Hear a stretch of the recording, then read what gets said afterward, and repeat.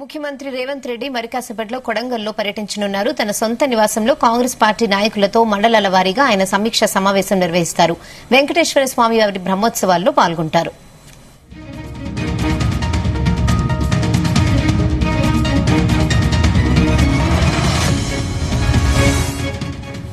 ఇదే విషయంపై మరిన్ని అప్డేట్స్ మా ప్రతినిధి శశి అందిస్తారు. శశి,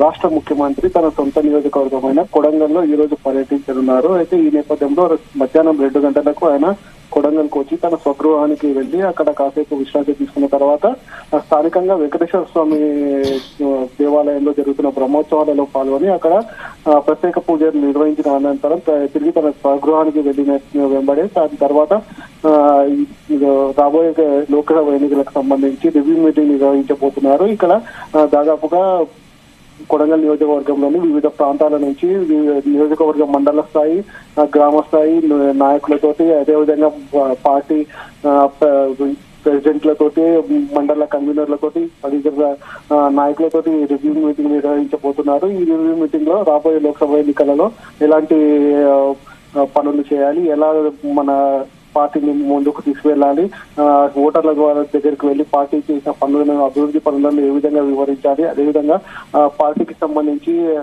ఇప్పటివరకు జరిగిన పనులను, అదేవిధంగా రాబోయే ఎన్నికలలో పార్టీకి దాదాపుగా 50,000 మెజార్టీ కొడంగల్ నియోజకవర్గం నుంచే ఇప్పించే విధంగా ఆ పార్టీ సభ్యులకు, అదేవిధంగా నాయకులకు, పార్టీ ప్రెసిడెంట్లకు దిశానిర్దేశం చేయనున్నారు. దీనికి సంబంధించి అక్కడ ఉన్న పోలీసులు పూర్తి భద్రతా ఏర్పాట్లు చేశారు.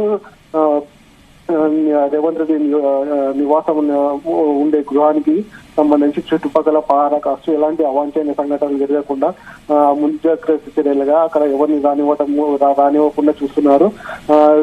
మరి కాసేపట్లో దాదాపుగా 2 గంటల ప్రాంతంలో రేవంత్ రెడ్డి చేరుకుంటున్నందున అక్కడ నాయకులు కానీ, అదేవిధంగా పార్టీ శ్రేణులు కానీ పూర్తి ఏర్పాట్లను చేశారు. దీనికి సంబంధించి ఇప్పటి వరకు అయితే మనకు అందిన సమాచారం ప్రకారం రేవంత్ రెడ్డి మరి కాసేపట్లో కొడంగల్ చేస్తున్నట్టు మనకు తెలుస్తుంది. Okay Shashi, thanks for the updates.